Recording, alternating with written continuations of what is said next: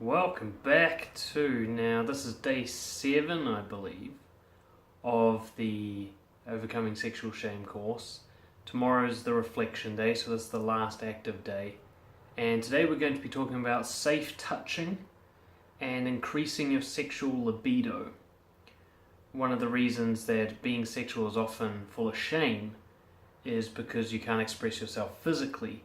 And when you do express yourself physically, when you do engage in some form of sexual behavior, it's done in what we might call an unhealthy way, for lack of a better term, which diminishes your sexuality and your kind of power. Let's start by talking about touch. Touch was one of the things that I struggled with a lot when I was younger. I really struggled with the concept of touching people without feeling like I was creeping them out, without being sort of hesitant and kind of resistant to the idea of engaging in touch. A hug would thrill me. Touching people on a date would be fraught with anxiety. And it's because touching was only sexual for me. So I was either no touching at all, my family weren't big at hugging and stuff like that when I was younger. Or when I did touch, it was only touching somebody that I wanted to have some sort of sexual intimacy with. So sex and touching became intertwined, touching became a big deal. And what I've learned about for reducing sexual shame is to take the stigma away from touch. If you get comfortable with touch, it helps, it goes a long way to being comfortable with sexual touch and sexuality in general. So I'm going to talk about a few different ways to make sexuality physical without having to worry that you're crossing a line. Now for me, I learned through the representative example of a character on a TV program, Tony Soprano from The Sopranos. Now he is the perfect role model for confident, genuine touching, and he's also a very sexual character. But what stood out to me when I watched the series and rewatched it was the way he touched people when there wasn't a sexual element. He touched guys, he touched family members, he touched people he just met. And he was so comfortable and it looked so right the way he did it. And I actually learned by mimicking him and then making this become natural and spontaneous for myself over time. Now what did I learn from him? One is he touches often. Touch is a regular part of his conversation. Touch is a huge factor in how he communicates. He touches people when he wants to make a point. He touches people to get their attention. He touches people when he's making a more intense statement. He touches people to congratulate them. He touches them to punish them. And none of that touching is sexual. Now, getting used to this goes a really long way to helping you overcome sexual shame. And introducing it into the way you communicate is something you can build up piece by piece. And I'm going to break that down for you. One is where you touch. One sort of rule to keep in mind is that the further out on the body you are, the safer it is to touch. Hands, you won't be touching people's feet, but if you're going to touch their leg, the knee, these areas that are far away from the core are pretty safe to touch. The same with the top and the middle of the back, very safe to touch. Shoulders, the back of the shoulders in particular, are quite safe to touch. Areas that get a little more intimate would be the neck, the torso, top of the leg. These kind of areas, face especially, head. These are the areas where if you don't know what you're doing, it's easy to cross a line. And there are some cultural things to keep in mind as well. But getting used to touching can begin with making sure that you touch those outer areas as often as possible until it becomes natural for you to do it. If you're a sort of stereotypical guy raised in Western or Asian cultures in modern times, you're going to find that touch was probably not role modeled to you or taught to you, and it's unusual, it will feel unusual for you to use touch in the way you interact. There's a pain period you'll have to go through here where it will feel weird to do until it doesn't anymore. And there's no kind of getting around that. One of the ways to ease that transition is to start with this safe touching. So what you can keep in mind is a few kind of principles of touching that you can practice and build on over time. One is always touch as a form of greeting. Shaking hands, patting someone on the shoulder, giving them a hug if you're close with them. Never greet someone without touching them. Think of this as a learning curve, okay? Not a rule you have to follow for life. But make touching someone happen very early on in every interaction, even if there's someone you've known for a long time, or a complete stranger, or anything in between. Okay? Whether it's a handshake, a pat on the back, a hug, a little nudge with your shoulder, whatever it is, make touching someone something you do early and as part of your greeting. Touch someone if you need to get their attention. Excuse me, you might touch them on the shoulder or the arm. The more a person is a stranger to you, the more you need to stick to the safer areas. Forearm, back of the shoulders. I just touched my forehead, don't go there. And if you're going to touch the leg, and they're sitting down, you touch the knee, the very outside of the knee. If you ever need to get someone's attention or start an interaction, make sure there's touch within the first few seconds. Then you can also touch to make points. If something you're saying is particularly intense, if there's the peak of a joke, say the climax of a joke, or the point of a story, or something you want to emphasize, throw in a touch with it. Again, this will feel a little bit forced and unnatural at first, but touching is actually natural. It's the unnaturalness that you're getting over. It's not unnatural to touch. We are essentially a species that releases oxytocin every time we have contact with each other. We're designed to touch each other. We've just been conditioned not to through many means over the years. Part of which is sexual shame, because touch and sexuality are linked. So touch people to make a point. Keep to the safe areas. The more you get to know someone, the more unsafe you might say you can get. But until you're comfortable with touching, it will creep them out if you go into any of those unsafe areas. Like I've seen guys try to touch people on the head and the face or the belly. Those are very intimate areas to touch. A lot of people have insecurities around those areas, or they feel that those areas are reserved for people they trust. Don't go there until you are so comfortable with touch that you're the one who leads.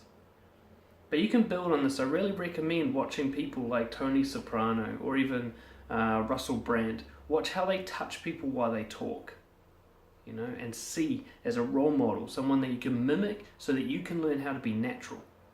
And once you're natural, you won't think about it, you'll just touch people and it will feel normal to do, because it is normal. Some other things that can help you with physical contact, one of my favorite ones is partner dancing. I do Zouk dancing. I started with salsa.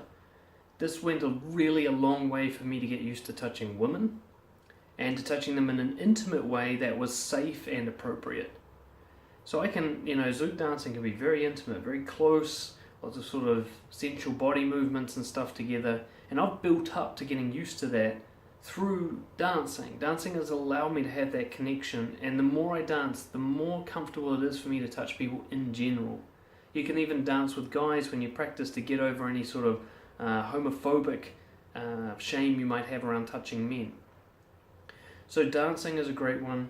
One of my favorite ones for flirting is what I call bumping, which is if you're standing next to someone you're attracted to, just give them a little nudge for no reason at all. And don't even acknowledge that it happened, just bump them. You'll know someone likes you back when they bump you back.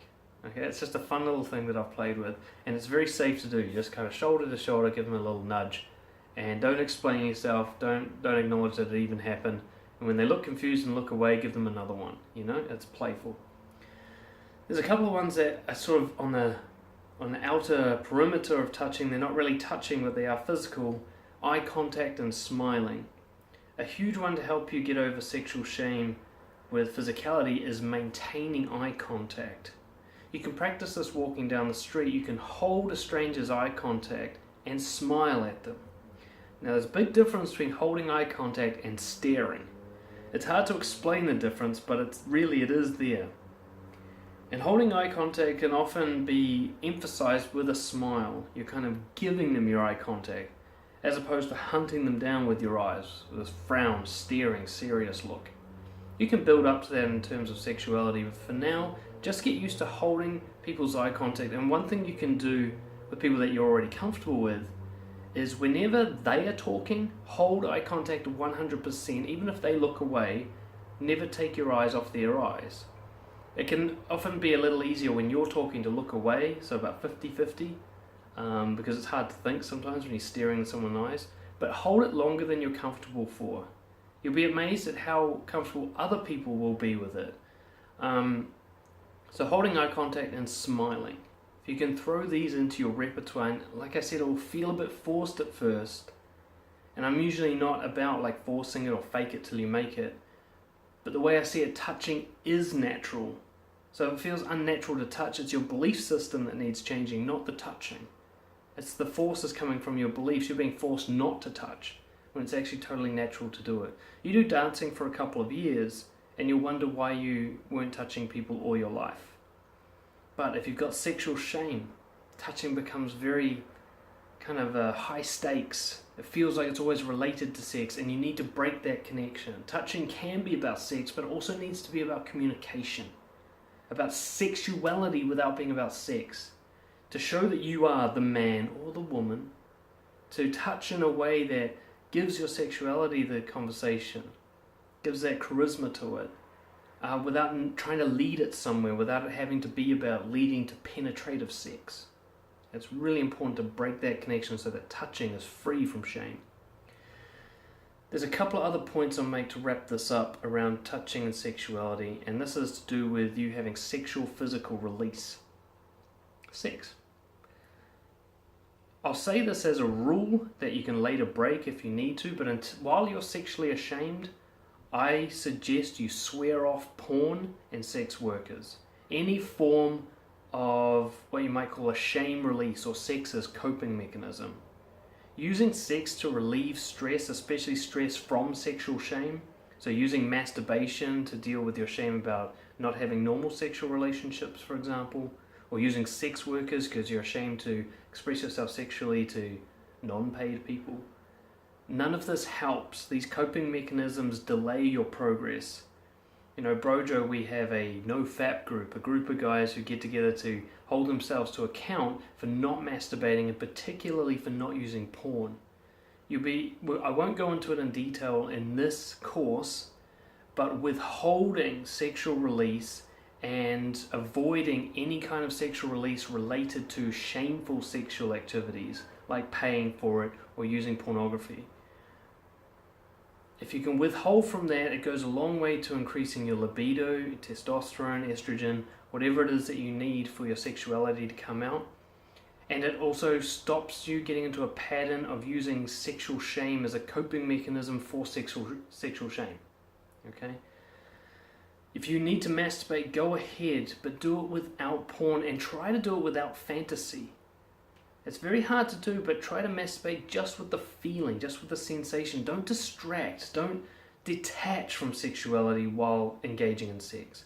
If you're having sex with somebody personally, don't try to fantasize about something else. Don't try to prevent yourself from climaxing or hold yourself back with fantasies of something disgusting or whatever it is you do. Be there in the moment. Be with the sex. It will be very uncomfortable because you're ashamed of it. You might find it very uncomfortable, for example, to have the lights on. Maybe you'll find it uncomfortable to maintain eye contact. Maybe you'll just find it uncomfortable to be with the sex while it's happening. These are the patterns that need to be broken. For you to engage in safe sexual physicality, you need to be present with it for as long as you can handle. And every time you distract yourself, come back. And the last tip that I'll give you is nudity. Nudity and sexuality go together. When you're home alone, you should be naked like most of the time, as a way of you getting used to being naked. You might even want to go to a nude resort or a nude beach just to get used to being around nudity and being nude yourself in the presence of other people. It's not uncommon for people with sexual shame to also have body shame. Whether it's founded or unfounded, there'll be things about your body, sexual things, that you're ashamed of, just because you're ashamed of sexuality. One thing you'll notice about people who are sexually unashamed, they're also unashamed about their bodies. It usually goes hand in hand. So become okay with being naked as often as you possibly can. Be okay with your body, simply through exposure. Just be naked until it's normal for you to do it. So that's it for today. That's the discussion on physical sexuality and bringing that into your life through touching, through present sexual engagement, through nudity. And tomorrow we'll reflect on all of it and wrap it up. Cheers.